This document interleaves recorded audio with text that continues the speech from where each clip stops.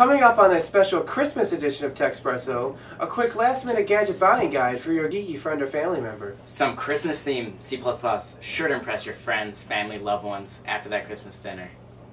And for the geek short on cash, the gift of free software. And don't forget that our intern Andrew is going to be whipping up a Christmas-themed coffee drink over in the lab.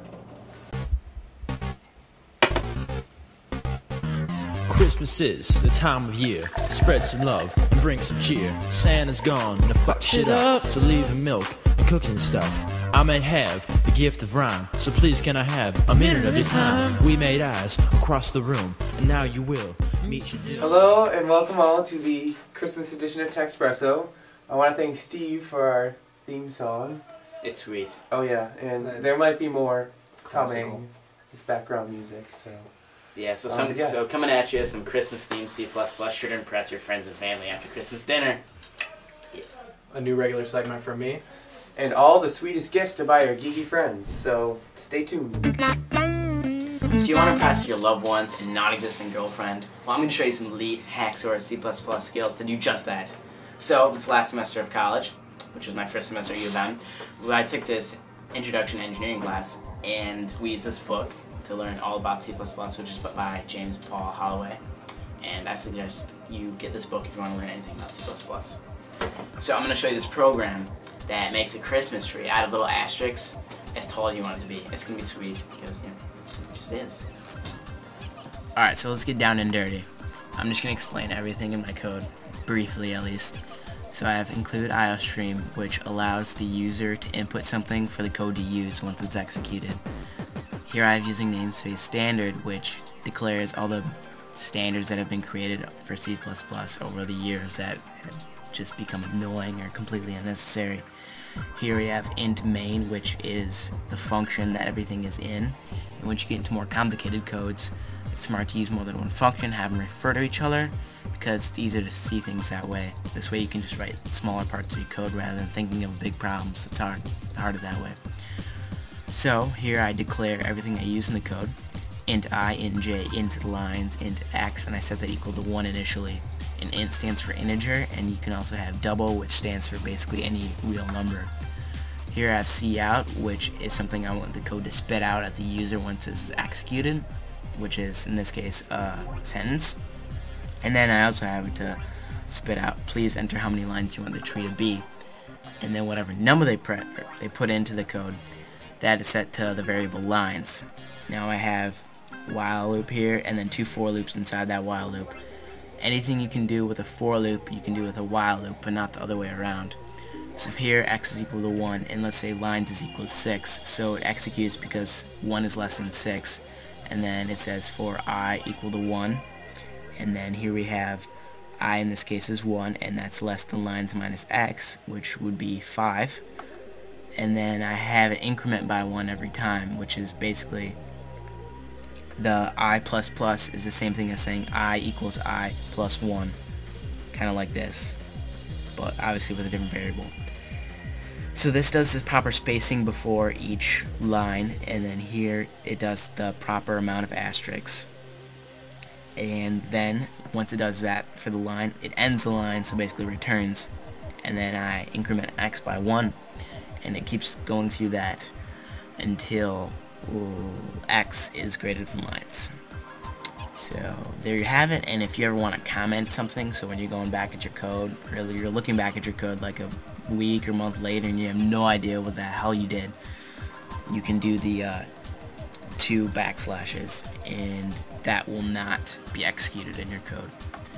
So that's that. Let's compile this code. And speaking of compilers, I found a sweet, great free compiler from Apple called Xcode. You just have to make a developer account. You can download it for free. It's great. I definitely suggest you use that one because I was looking around and I couldn't find one. So, and it works great.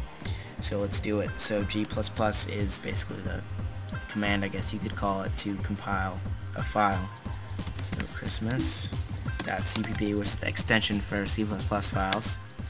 And then we have it compiled, and then we're going to execute it. So I want to make it 7 lines, and bam, there you go. And that's that. Now have fun and enjoy. I know that was all really basic C++ stuff, but if you want to learn some more, you just pick up a book like the one I showed you, and you can teach yourself. It's not too hard. You can write cool things like a Sudoku solver or a program to score bowling. And those were a couple of the projects that I did over this last semester at U of M. And if you'd be interested in me showing you stuff like this, you can email us with some stuff you want me to do at techspressofans@gmail.com, which should be right here. And now Sean's going to show you some sweet crap for Christmas for all you last-minute shoppers. Don't know what to get your geeky friend or family member for Christmas? Then you've come to the right place. Now there are a lot of obvious gifts like an iPod or Nintendo Wii, but I'm here to tell you about some of the less obvious gifts you might not have thought of. To start off, netbooks. Ever since the release of the first versions of the wildly popular EPC series of notebooks from Asus, there have been a flood of cheap, ultra-portable netbooks, as they've been dubbed, entering the market. With the new Intel Atom processors, these tiny computers can act as a portal to the web wherever you go.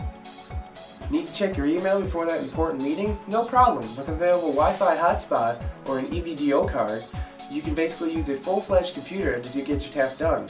No more badly implemented mobile versions of your favorite websites for you. And starting at prices in the high 200s, they won't really blow your Christmas budget either. A few notable computers to mention are the HP Mini 1000, which has a 10.2-inch screen and 92% keyboard, which is large for computers of this size. It starts at $359. Asus has added many new models to the EPC family, notably the 1000 series boasting larger screens and capacities and longer battery life than previous versions. Although it hasn't gotten as much press as the other netbooks listed, the Lenovo IdeaPad S series has gotten great reviews for its large screen and spacious keyboard, much like the HP Mini 1000, but with a slightly lower price tag starting at $349. If an ultra-portable notebook isn't looking like their style, how about buying stock in a company for them? How cool would it be to own a part of a company you love? Apple, Microsoft? No problem.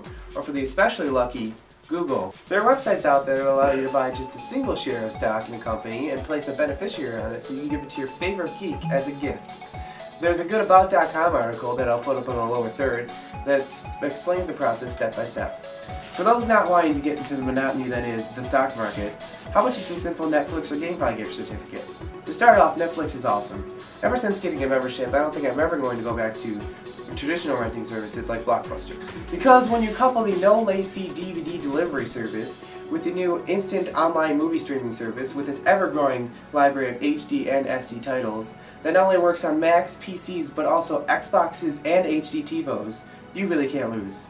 Now I can't vouch for GameFly because if you know me, I'm not much of a gamer, but I've only heard good things about it. GameFly advertises to have a service much like Netflix where members can rent games without the enormous price tags and late fees that regular rental services like to place on games these days. A Netflix membership starts out at $4.99 a month, and a GameFly membership will run you $6.95 with their holiday special. They can't watch all those movies and play all those games on their own Tube TV now, can they? So why don't you buy them an HD TV? HD TV prices have been dropping steadily over the past few years, and after a long time of waiting, they finally come into a price range that most people can handle. You can pick up an LCD TV for mere hundreds into the thousands they used to be, making them a perfect gift for friends and family. If you're still stumped up to this point, you can never go wrong with an Xbox 360.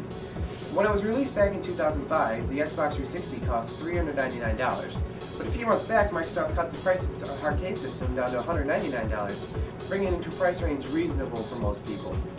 I should mention though that this base system doesn't come with a hard drive like all the other models, but you can buy one later to really unleash the power of your Xbox. A 120GB drive will run you about $149, a 60GB drive costs about $99, or there's also a 20GB refurb which you can get for as low as $20. If purchasing a drive is too much for you, you're going to have to go to the Xbox website and request a free memory card because a new Xbox Experience update takes up the memory card that comes with the arcade system. To get your free memory card, just simply go to xboxstorageupgrade.com. Well, that's it for the gadget buying guide. Coming up next, Cheap-Ass Chris is going to show off some of his favorite cheap-ass software because he's cheap. Cheapo! Welcome to Cheap-Ass